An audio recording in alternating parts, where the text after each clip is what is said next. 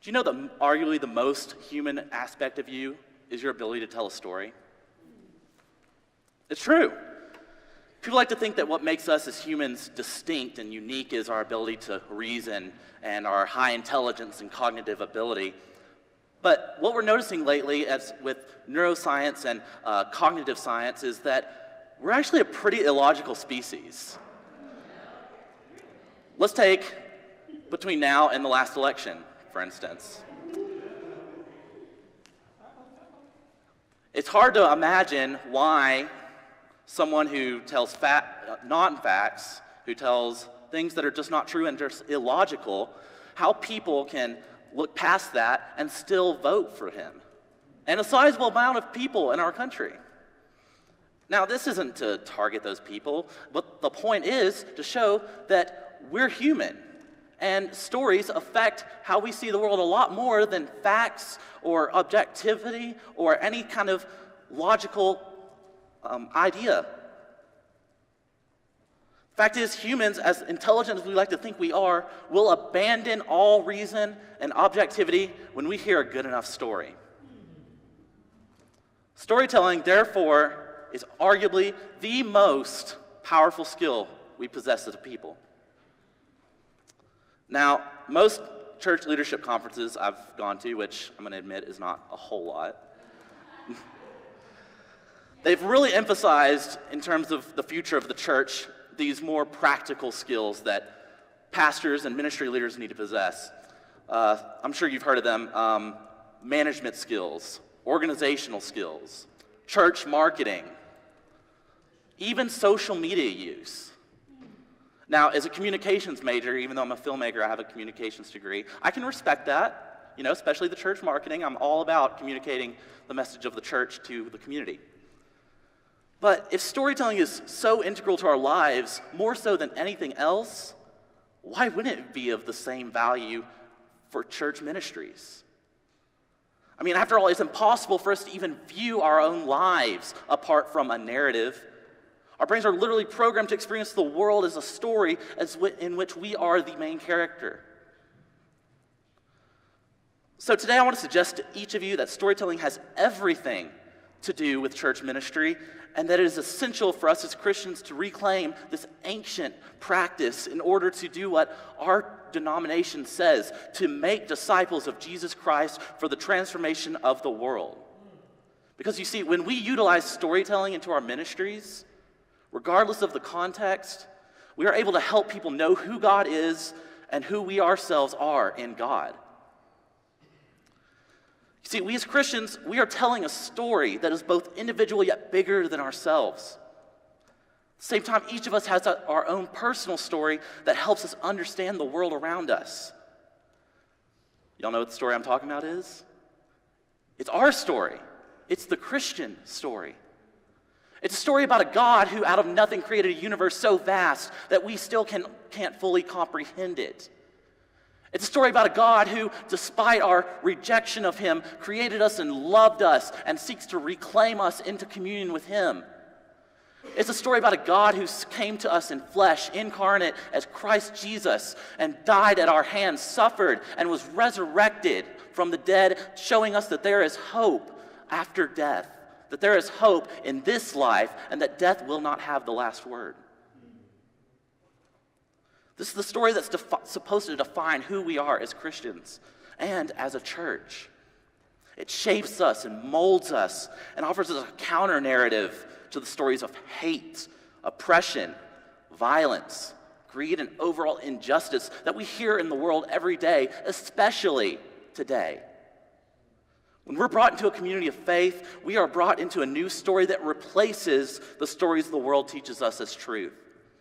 Concepts that were once taught as being irrational and unrealistic, like love, peace, nonviolence, forgiveness, resurrection, become real intangible things as we allow Christ's story to become our own. But you're not alone in your new story. Within this grand divine narrative, our own individual stories become shaped by each other's stories. This is the story that is supposed to define who we are as Christians and as a church. So I'm really big into genealogy. Anybody into genealogy stuff? So for those of you who don't know, like she said, I'm from Texarkana, Texas, and so I've been Southern probably for a lot of my family's history. And as I've done the genealogy work, I've done the Ancestry.com, I've done the 2 different DNA tests, I communicate with cousins I don't even know on blogs, online, and collaborate with them. And what I came to find out is that my family has experienced a lot, and I mean a lot, of privilege. I trace it back all the way to Norman, France, where we were not just Warren, dead Warren. We were British nobility, Norman French. We invaded Britain. From there, we became parliamentarians who were Anglo-Catholics. Then we moved to the New World and became tobacco farmers. From that, we became Methodist cotton plantation owners. And today, I see my family as upper middle class professionals in a somewhat Metho-Baptist context. Look it up. I'm pretty sure it's a word. If it's not, it should be. Like it or not, this is a story that has shaped a lot of my life. And a lot of people get really confused at me and when they interact with me and start talking about beliefs with me. And they say, where are you from again? Northeast Texas? That's really rural, isn't it? I mean, I don't know if y'all know, Texarkana, Texas is the headquarters for the Missionary Baptist Church. It is a place where if you want to be in elected office, you pretty much have to go to the First Baptist Church down the road. So how can someone like me with that kind of story be able to come up here and speak to you about the things I'm talking about? Well, I listen to the stories of those around me. I would say it started with, honestly, my Methodist roots because, being in that community, being Methodist is kind of a minority.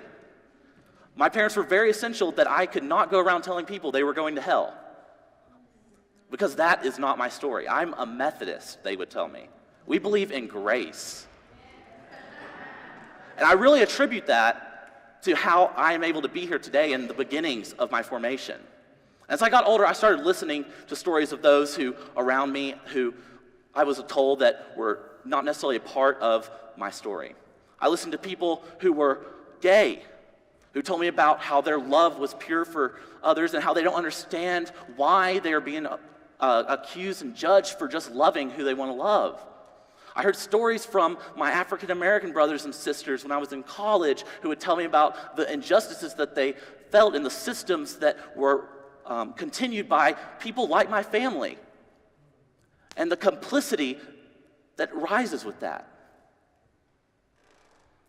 When you allow these stories to become a part of you, even an oppressive, privileged story as my own, I feel like there's some redemption there. And while I can't change who I am in terms of that, it does give me hope for a future. It does give me hope to where my story is not complete, that my story is still being written, and that I don't have to let what I was born into define who I am because I am a Christian and a child of God, a part of a community of faith where there are people who are so diverse and offer stories to me that shape me in ways that I can't even imagine. Now, I don't specifically know how storytelling can be applied in a certain form in your own context. You all have different contexts, and some forms of storytelling may work, some don't. And obviously, storytelling comes in many forms. I do film as my primary mode of storytelling, but we have song, we have poetry, we have art, painting, drawing. All of these things can be used as ways of storytelling. And so I just want to offer kind of an experience from my own life and of what's kind of a project that I did that showed me why story is so powerful. So a couple years ago, I was in my advanced video production class, and one of the things we were required to do is make a short documentary. And preferably, since we were a Jesuit institution, it had to be very social justice themed, and that was kind of expected. And so my professor, Ryan, invited Dr. Joelle Lewis, who was the leader of a community organization in Mobile that did a lot of community reform and advocacy. And she had brought this idea that was very interesting. She said she had these 2 friends, James and Terrence. Now, James and Terrence were very different people. James was a Lebanese heritage fifth-generation Mobilian who lived in the Spring Hill neighborhood, which is, for those of you not familiar with Mobile geography, which I'm sure most of you aren't, Spring Hill is the area where the more wealthy people live. It's where the donors for the college live. It's where the doctors live. It's where the people of very high status in the community live. And they had this creek beside the neighborhood. And across this creek, there was Terrence's neighborhood. Now, Terrence was an African American. He lived in government housing with his mom. His mom was a single mom. Every day he would go to school, he would have counselors and teachers tell him that he was never going to be able to get to college, that he was never going to amount to anything. And he really had to struggle to get where he is today, which is he has a doctorate degree and frequently teaches at University of South Alabama and is involved in a lot of Mobile initiatives to help renew the community. And Dr. Lewis told me about how they met at this organization meeting for Mobile United, and what they started doing is sharing each other's stories. And the whole point of the documentary that I want to do is I just let them tell their story. And what James especially I found interesting is that he said he never imagined a world like Terrence's. And he found it so interesting that someone could live so close to him, just across a creek, and have such a completely different experience with him and have hardships that he never even could have known. Now, in the documentary, can y'all guess what I named the documentary? Across the Creek. Because it's so central to that idea of these divides that keep us and how the stories can create these bridges. Now, their story isn't done. James is a very conservative person. Terrence is not. James does not necessarily believe in systemic racism and institutional inequality, but he's open to the idea is the point. And what's happening is a story is unfolding that is still going on beyond my documentary because of their relationship and being able to share each other's stories. So before I close, I just want to mention this last point. It's no secret that we're living in extremely polarized times. Turn on the news, and you'll hear all about the hate and black and white thinking that plagues our society. And some of that's a little bit attributed to stories, because at its most natural, it's easy to have a black and white story where there's a clear villain and a clear hero. But the best stories are those that are more gray, that show the reality, which is no one's really fully good or bad. We're all just trying to get along and move forward.